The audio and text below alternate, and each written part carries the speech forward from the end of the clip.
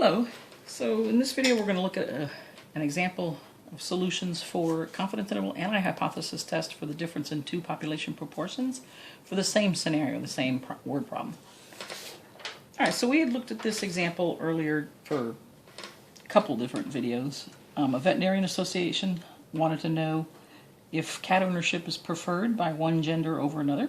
So among randomly chosen people, 35% of the 2,346 males said they chose to have a cat as a pet, and 42% of the 1,691 females said they chose to have a cat as a pet.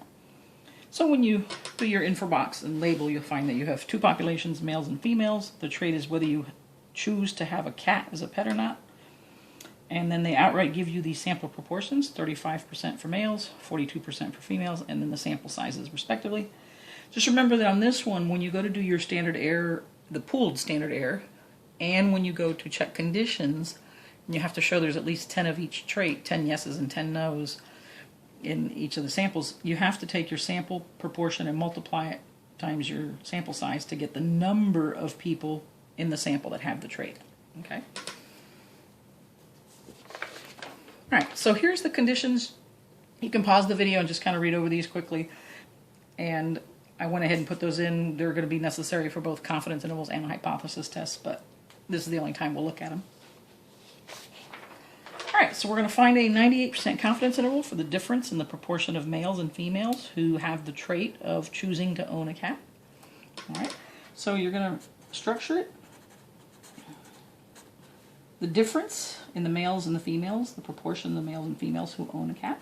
And those are coming from a sample. We're going to use that to estimate what we believe is hopefully the true difference in the population. Let's see. Z times standard error.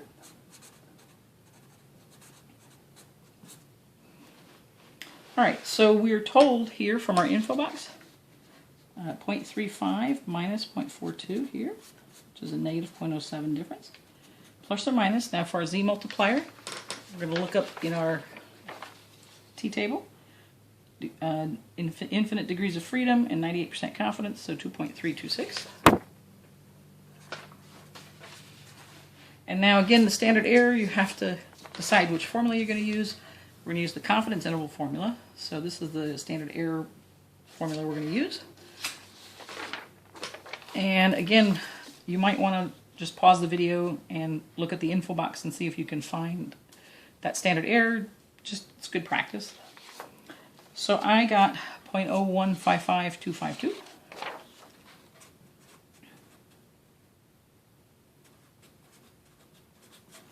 So here we'll get 0.0361162. And now when you take negative 0.07 and subtract, right, 0.0361162, and then add, right, we're going to get negative 0.1061162 to negative 0.0338838. Now, I usually in class don't go to this kind of detail. It's really for the book.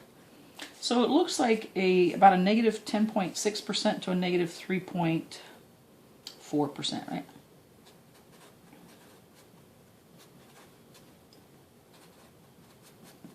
Alright, so remember on a number line, here's 0, here's negative 10.6%, here's negative 3.4%.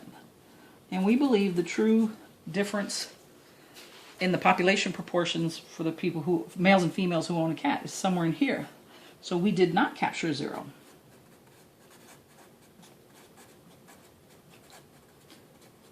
Right? All our numbers are negative. Oops. So here then, we have to decide how do we write our sentence. And again, this comes from another video. Is 0 in the interval? No, it's not. So there is a difference between the two groups, right? And you want to figure out which one's higher, which one's lower. So in our case, what we did is we see that the way I set it up is p hat m minus p hat f, and I got all negative values. That can only happen is if the second quantity is bigger than the first. That means there's more females than males that have the trait. Now I've already done the confidence interval. We know we didn't capture 0, so now I can talk about the population even though we're looking at samples to come up with these relative assessments. So here I can say now in my sentence, the conclusion will talk about the entire population. So since there's more females than males, or you could say fewer males than females, either way, it doesn't matter. If I start with a more, there's more females who have the trait, I would say with a 98% confidence, 3.4 to 10.6 more females own a cat or choose to own a cat than males. Or I could say with a 98% confidence, 3.4 to 10.6% fewer males have the trait, which is choose to own a cat, than females. Okay, so here's how that looks. And again, that's just one sentence structure. You could write these different ways and say the same thing. I'm just offering you one format of how to structure your sentence. Okay, so that's the confidence interval. And if we look then at the hypothesis test, suppose then they say test the claim that fewer males own a cat than females, and you had all the same information. So again, we had done that labeling before and looking at the different hypotheses, the way you could set them up, the 4 different formats. So let's say, because from translation it says test the claim that fewer males, so here's proportion of males, choose to have a cat than females. I'm going to go with this, where M comes first and then F. So I would either use this or this.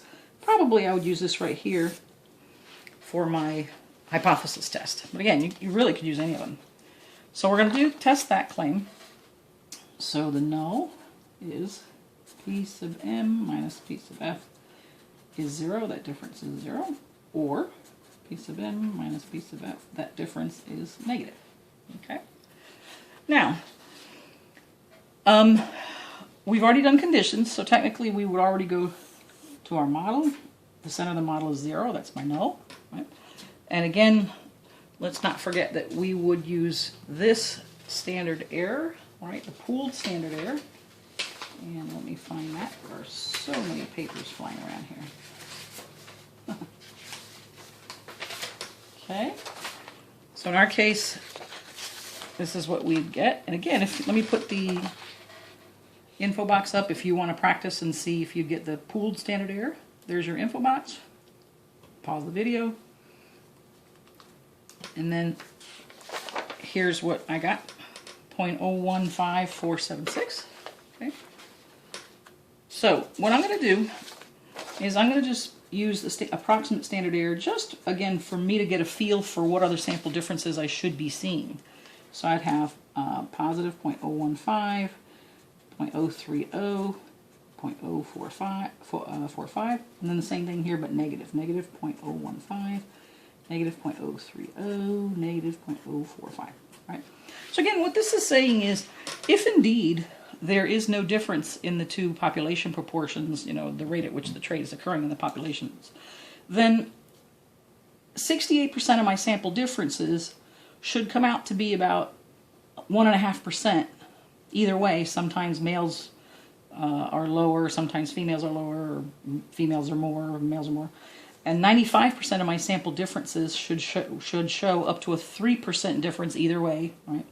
And 99.7% of my sample differences would show up to be about up to 4.5% difference. And when I say either way, well, sometimes there's, because of the sampling variability, sometimes you'll get samples where females seem to own cats more, and then other times when males seem to own cats more.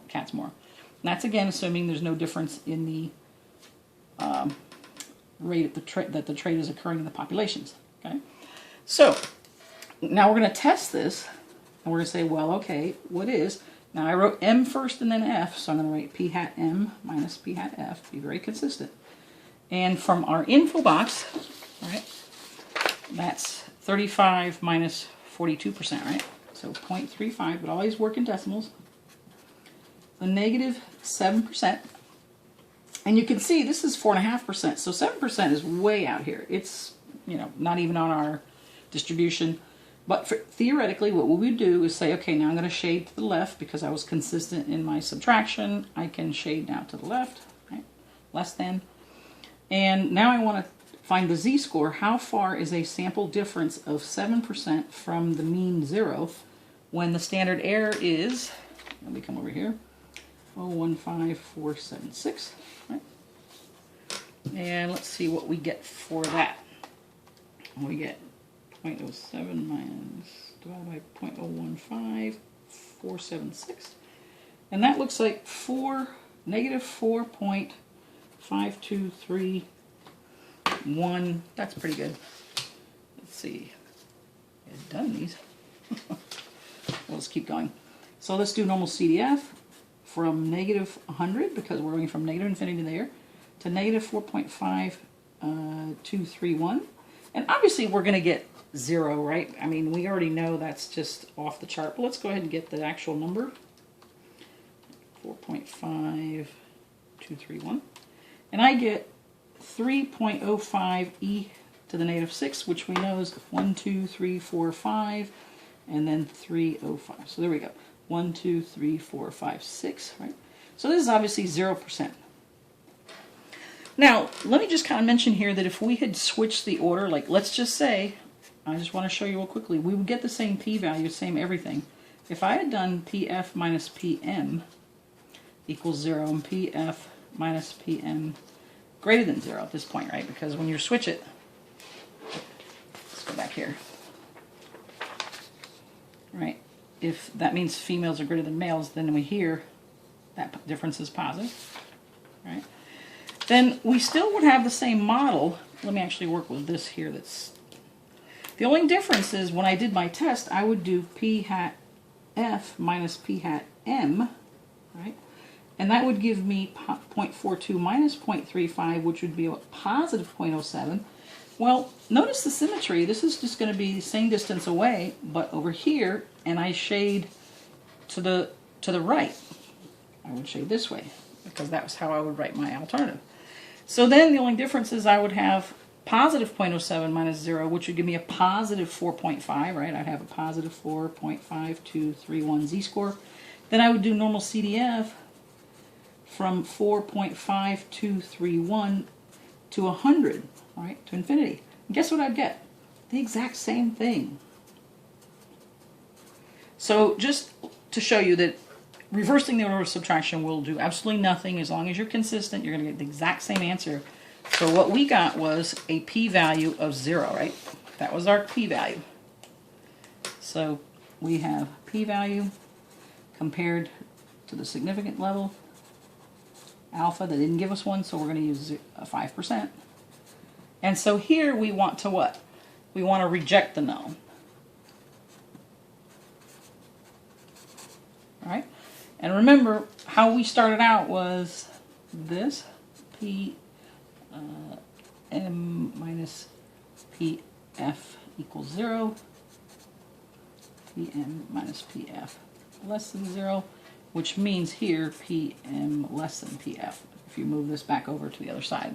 So what we're saying then is, if you reject the null, right, if I'm saying I don't think this is true, then this is likely, the alternative is likely, and you say there's strong evidence that the proportion of males who own cats is less than the proportion of females who own cats.